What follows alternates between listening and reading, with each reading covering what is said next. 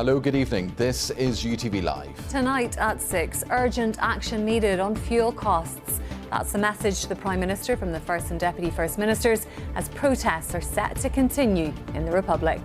Well, we're actually out of fuel at the moment, and it's the first time I can remember. Well, probably the last time we would have been out of fuel was maybe back in the crisis of '73. Also ahead, as pupils prepare to return to school, police say they're now investigating the Education Authority cyberattack. Holidaymakers face delays as new immigration checks get underway in EU airports. Plus the rest of the day's news, weather and sport, including Rory McIlroy chases more golf history as he makes a strong start at the Masters.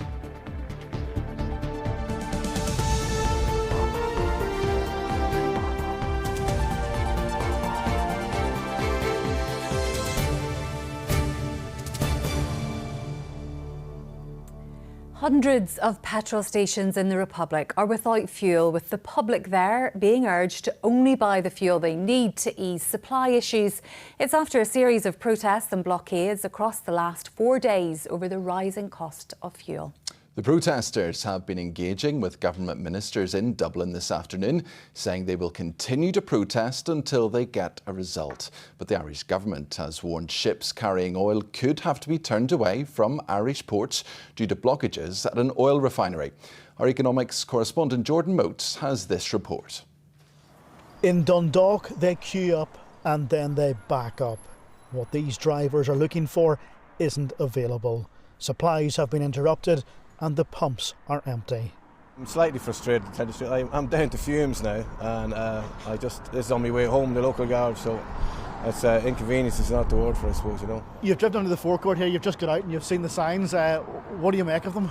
Well, I'm quite shocked. I knew the protest was affecting the southern part of the country in the west, but I didn't think it had reached this far just yet. The problem I have is they're dead right. The farmers, the big truckers, the hauliers, they can't stay on the road. There seems to be money for everything, but there's no money when it's needed most by the people who need it the most. These protests and blockades are having a wide impact. This filling station has had no fuel since about 10:30 this morning. They do hope they'll get a delivery this evening at around 7 o'clock. But it's not just those day-to-day customers that are being impacted, it's the emergency services. Police, fire and ambulance all use this filling station, and if they can't fill up, that impacts their ability to respond to call-outs. The truck's an hour away and an hour back. It's into the port tunnel, out of the docks. We're probably one of the closest, bar some of the stations in Dublin, but they just can't get it out, you know, because the M50 is blocked, or the tanker that is going to areas in Dublin, it's a 3-hour round trip. It's now taking 6 hours or 8 hours. For the last 4 days, there have been protests with some of Ireland's main motorways blocked. Protesters have stopped traffic on the way to Dublin this morning. By this afternoon, they were operating a rolling roadblock, bringing traffic almost to a standstill. There have also been blockages at oil refineries, stopping petrol and diesel from being delivered and causing those shortages. We still have no certainty over when this war will end.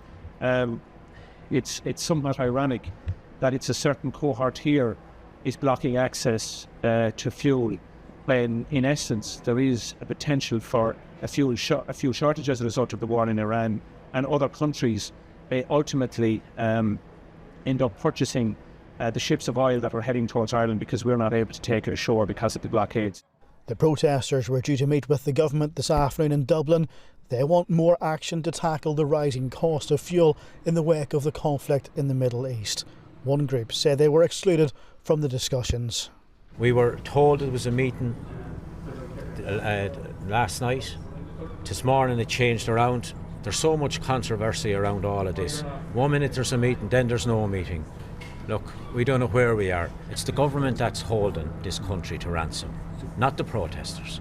We are having a peaceful protest, and we have a constitutional right to be able to have peaceful protests. Do they continue? They continue till we get a result. Until a resolution is found, it seems the impact of these protests will be felt even more in the days ahead if more petrol stations run out of fuel. Jordan Motes, UTV Live, Dundalk.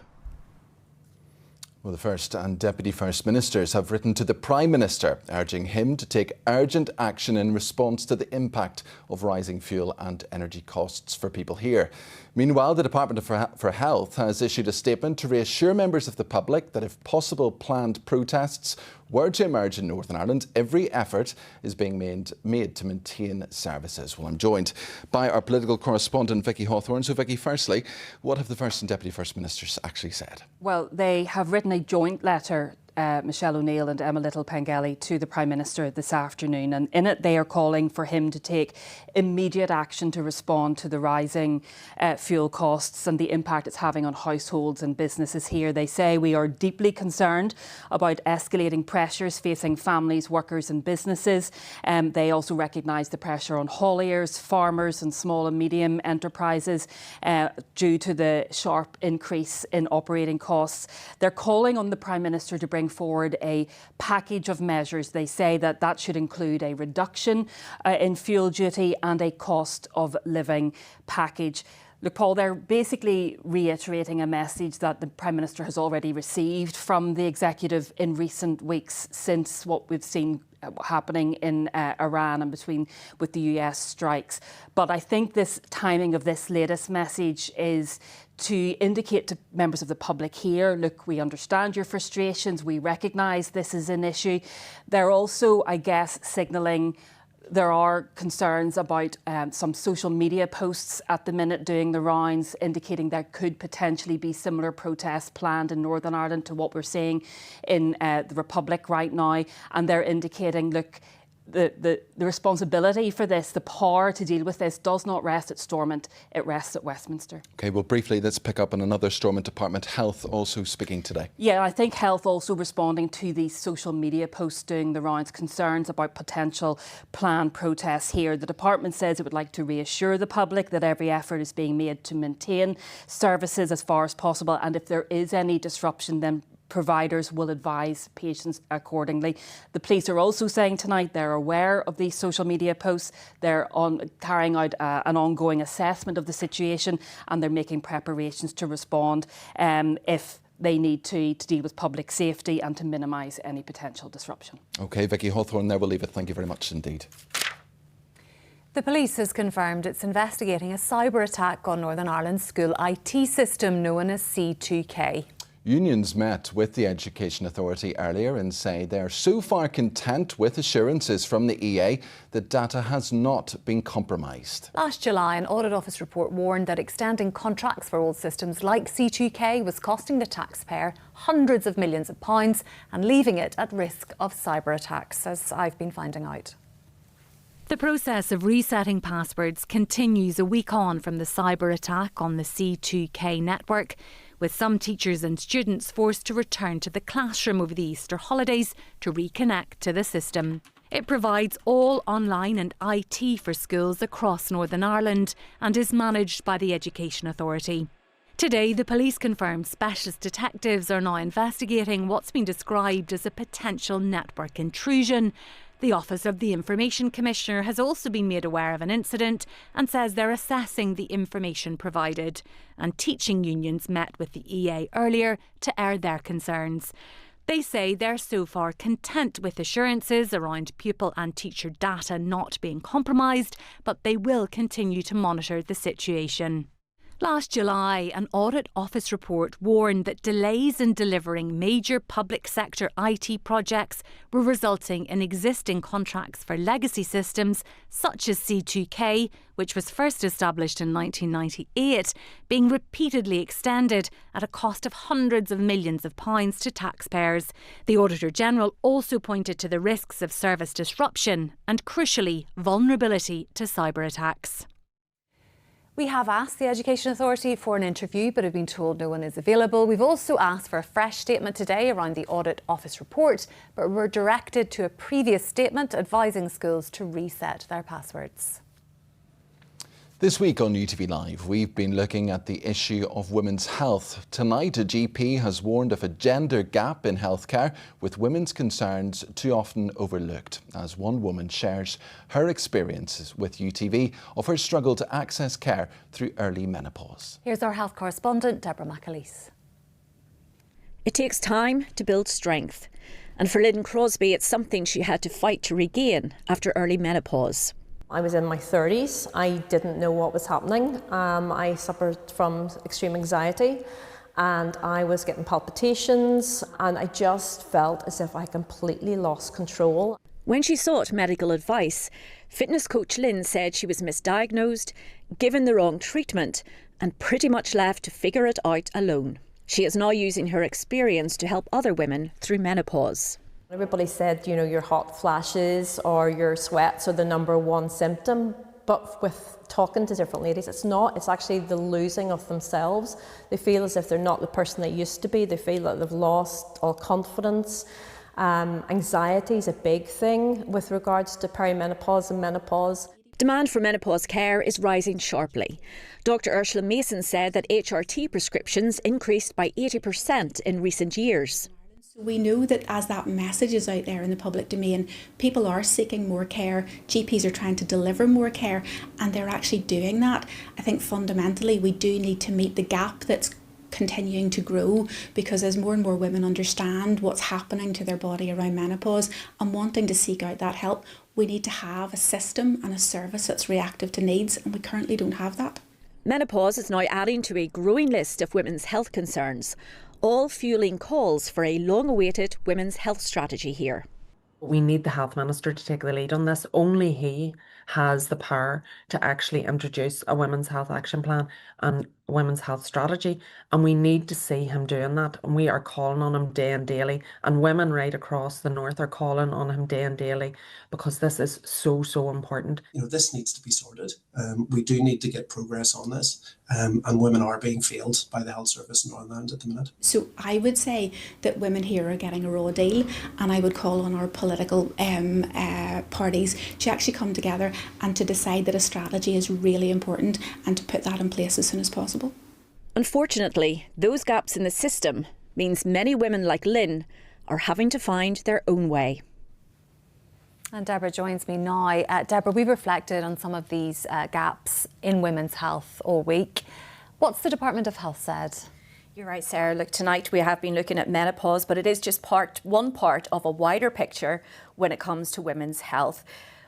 Throughout the week, we've been speaking to women with many different health conditions like breast cancer, endometriosis, but all of their messages have been strikingly similar. They feel that they are not being listened to, and in many cases, they're being left to navigate the system on their own. So the Department of Health has said that women's health is a key area of focus for both the Health Minister and the Department, and that work is ongoing on a short to medium term women's health plan aimed at improving services and encouraging more open conversations. But they also said that that plan will set out what's achievable within current resources, and that is likely to raise a lot of questions. We know the system is already under significant pressure, so many women will feel that simply working within existing limits may not go far enough to address the scale of the problems. But what is changing is more women are speaking up, and with that, the pressure for a comprehensive women's health strategy here is only going to keep growing. OK, Deborah, there we'll leave it. More questions and answers. Thank you very much indeed. New passport checks for non-EU passport holders came fully into effect today. The new entry-exit system means those with British passports will have to register their details at an airport kiosk when entering popular travel destinations such as Spain and Portugal. Jordan Moore spent the day at Belfast International Airport. Are you travelling to an EU country such as Spain, France, Germany or Portugal? And do you have a non-EU passport, which for a lot of people in Northern Ireland, that would mean a British passport? If the answer to those two questions is yes, then you should probably pay attention to this report. And that's because, as of today, the European Union's new digital passport or entry-exit system comes into effect in 29 countries across the continent. Anyone without an EU passport, such as a British one, will have to register their details at a kiosk and have their photos taken and fingerprints scanned at border control on arrival or departure. This should take 70 seconds per person, but there have been teething problems. Hello, Charles Trumbull. Yes, sure, how can I help you? Particularly in the busy holiday destinations, I'm talking about Canary Islands, Spain, particularly Malaga, Alicante, is that when the airports are not too busy, it works fine. When the airports are busy, I think some of the words I've heard have been chaotic and things like that. It has been slow. It has been holding people up. Sometimes the machines aren't working correctly. Some of the complaints are there are not enough machines, but it has added to people's journey time. Some European airports seem more on top of it than others. There were no issues for Belfast passengers flying back from Palma today. I mean, on the way in, I think it was about 45 minutes, in the line, but that was really about it. And then you didn't have to do it on the way back. In there, it seemed like it was just a normal procedure. For you, there was no hassle? Not. Honestly, there was about 2 or 3 in front of me. I think Brenda, there was 1 in front of her. Different story for Faro, though. How long did it take you? About 2 hours, was it? An hour? So they've got the machines and the machines don't work, so then you have to go into the counter queue. So then it was right up the stairs in the airport. Absolutely ridiculous. It says our passport isn't the right size for the machines. How long did it take you? About 45 minutes. And that was because we were 18 and we were able to go to a different queue. And then they moved us into the other queue where you were packed like sardines. Once you have registered your information, it remains in the system for 3 years. But British passport holders will still have to scan their passport and confirm their identity, either by a photo or fingerprint scan. The current advice is plan ahead. Jordan Moore, UTV Live. OK, still to come on this evening's programme. Rory McIlroy makes a strong start to his green jacket defence at the Masters. The results are in. We take a look at the big garden birdwatch. And wet and windy weather working its way in from the west. A big swirl of clouds staying nearby into the weekend. What does this mean for the forecast? I'll have that later in the programme. But before all that, let's take a look at the headlines making tonight's ITV News at 6:30. Here's Charlene White. Coming up in the ITV Evening News, a landmark case as the man sentenced to 8 years for killing his wife after his abuse caused her to take her own life.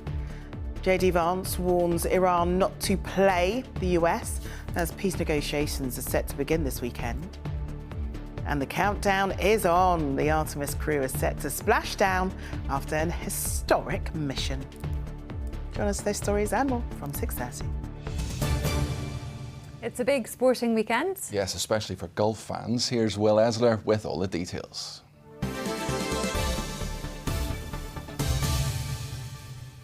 Work boots during the week, football boots at the weekend. Mulholland Maxus proudly sponsors UTV Sport Updates. Good evening. Well, there's only one place to start tonight, and that's at Augusta National, where Rory McIlroy has made a strong start as he looks to become only the 4th player in history to win successive green jackets at the Masters. Free from the pressure of finally winning a green jacket and completing a career Grand Slam, Rory McIlroy had cut a relaxed figure at Augusta in the build-up this week.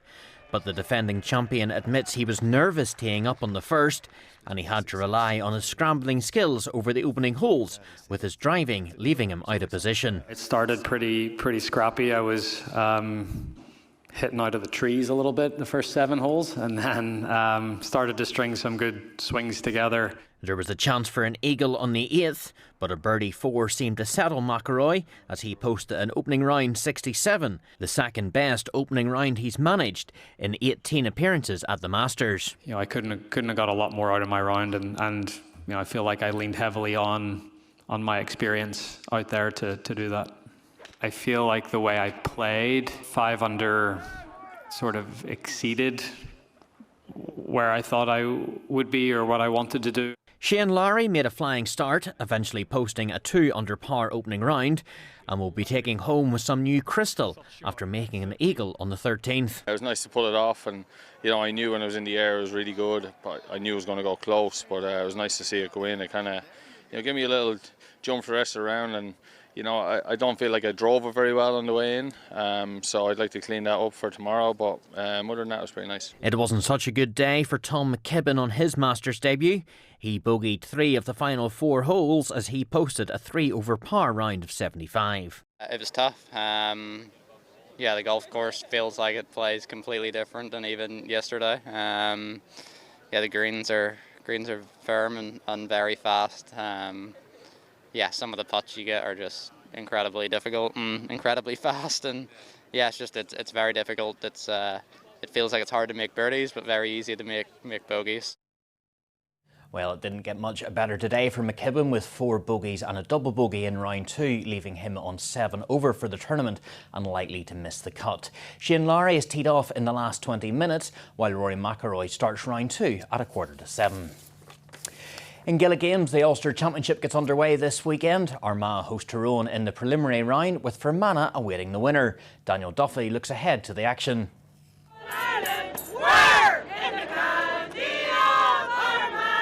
It's one of the first signs of the summer. The Ulster Championship is back.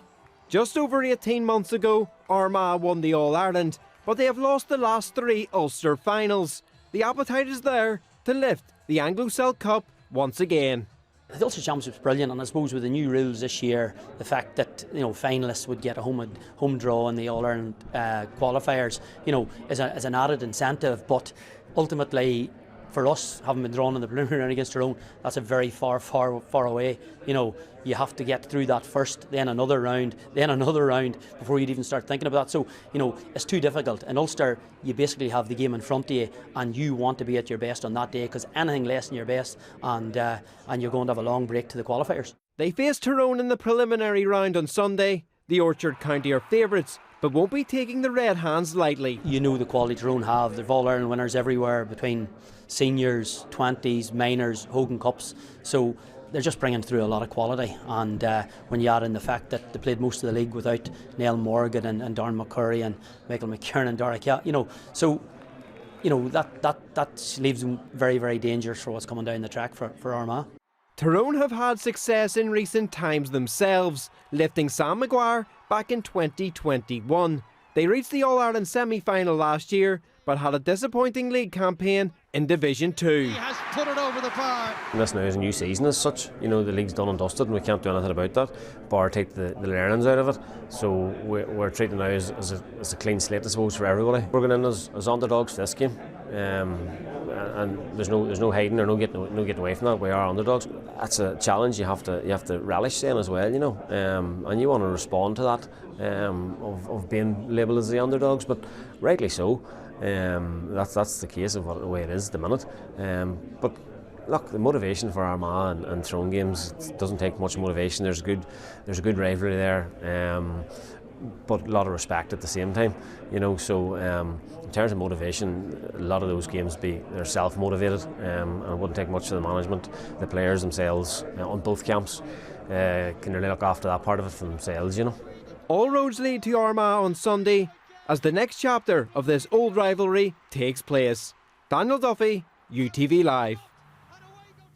Now, it's a big weekend in the Irish Premiership with just 3 rounds of matches remaining and just 3 points between the top 2. Leaders Larne look to bounce back from Tuesday's defeat to Coleraine when they travel to Linfield at lunchtime. If they slip up, Glentoran could move level on points with them with a win at home to Dungannon Swifts. There's still so many big games they play. We just have to take care of ourselves, how we recover, how we get ready for a game now on Saturday is really important. Hopefully we can get a massive crowd to Oval on Saturday and really get behind the team in the way that they did tonight. Well, Ulster are in action this evening in the quarter-finals of the European Challenge Cup. Tom Stewart comes in at hooker to replace the injured Rob Herring, but Nathan Doak has overcome an ankle injury to start at scrum half. 2-time European champions La Rochelle, led by former Ireland fly half Ronan O'Gara, are the visitors to the Affidea Stadium. It's been a while since we've had a European knockout game at home, which is really exciting for us. Obviously La Rochelle represent a very big challenge. They're probably consistently been one of the best teams in Europe over the last couple of years, so we're excited about that challenge. Well, darts next, and after going winless over the first 7 weeks in the Premier League, Josh Rock got his 3rd quarter-final win in a row last night as he beat Gerwyn Price 6-3 in Brighton. But unfortunately for the Brisbane man, he couldn't beat Johnny Clayton for the 3rd week in succession, losing 6-4 in the semi-finals. In ice hockey, it's the Elite League playoffs quarter-finals this weekend, with the Belfast Giants at home to the Glasgow Clan on Saturday at the SSE Arena in the first leg, with the second leg in Scotland on Sunday. That's all your sport. Have a great weekend. Wet boots during the week. Football boots at the weekend. Mulholland Maxus proudly sponsors UTV Sport Updates.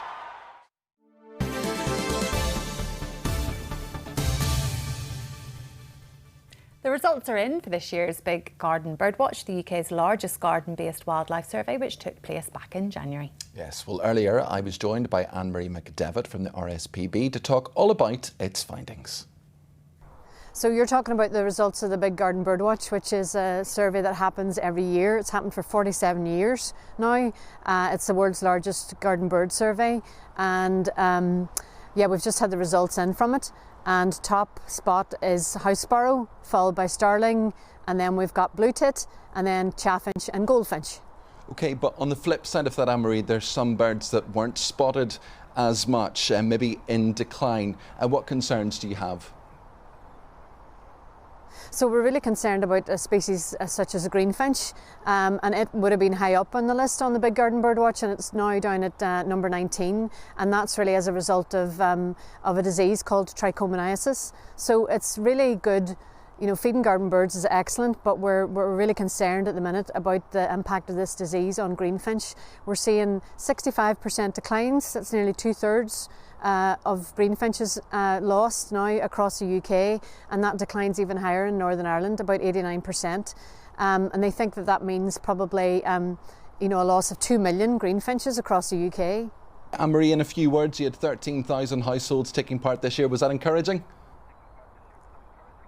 Oh, amazing, absolutely amazing. I mean, that's a large number of people, and it's really, this is citizen science. I mean, this is you, the people out there, you know, helping us find out what's happening with our garden birds and helping us pick up issues such as, you know, this disease as well. OK, Anne-Marie McDevitt, there we'll leave it. Thank you very much indeed. Now, just before we go, we've got a little time to tell you about our new newsletter service. Yes, here's Carol Jordan. Just scan the QR code on your screen now, where you can sign up on Substack. You only have to do it once, and after that, we'll automatically email you our weekly newsletter, where you can get the best of our journalism, insight, programmes, and so much more. It's completely free to sign up. All you need is a phone signal to get it. Time now for a check on your weekend weather forecast. Yes, here's Ross Hutchinson. When it's unpredictable outside, you can rely on the comforts of home. UTV Weather, sponsored by the Grande Rona R290 heat pump. Hello, good evening. Cloud, rain, strong blustery winds moving across us today. Still with us at the moment, but clearing out towards the east as we make our way overnight. Staying windy though into the early hours, and in fact through the weekend, blustery winds will continue to blow, but we do see sunny spells and a scattering of showers in the mix. There's the rain at the moment. It's moving its way up towards the northeast. You can see the low pressure though is lingering by us as we head through the next couple of days. That squeeze on the isobars showing those strong winds coming in from that westerly direction, and also dragging down that chillier air. At times those temperatures will be struggling. In fact, as we see the rain clearing away, heavy at times but disappearing by around 1-2 o'clock in the morning, with the clearer skies, we're going to see temperatures dropping low enough to see a little bit of frost in those more sheltered spots, even for built up areas dropping down to around 2 or 3 degrees. So into Saturday morning, chilly start to the day. From the west, another area of patchy rain starts to move through. It's chilly enough that over the higher ground, there's a mixture of rain, sleet and snow. Turns to showers as we head into the afternoon. These are going to be hit and miss. It's staying blustery, gusts of 30-40 miles an hour. So at least where we do see those showers, they move through quickly. Temperature-wise, we'll look at highs of around 10 or 11 degrees. But in the winds, it is going to feel just that bit colder. Looking out a bit further afield as we make our way through Saturday, similar sort of story. Sometimes these showers merging together, forming longer spells of rain, staying blustery, temperatures just about reaching double figures. Into Sunday, another blustery day with a scattering of showers. Into Monday, although we do hold on to a few showers, the winds are starting to drop out and we'll look at highs of around 13 degrees. UTV Weather, sponsored by the Grande Rona R290 heat pump. Remember, UTV Life is on at 7 with Pammy. I'll be back with your late bulletin at around 11 o'clock. I hope you can join me then. The ITV Evening News continues with Charlene, for Paul, for me and all of us in the team. Thanks for watching. Have a very good evening and a great weekend. Good evening.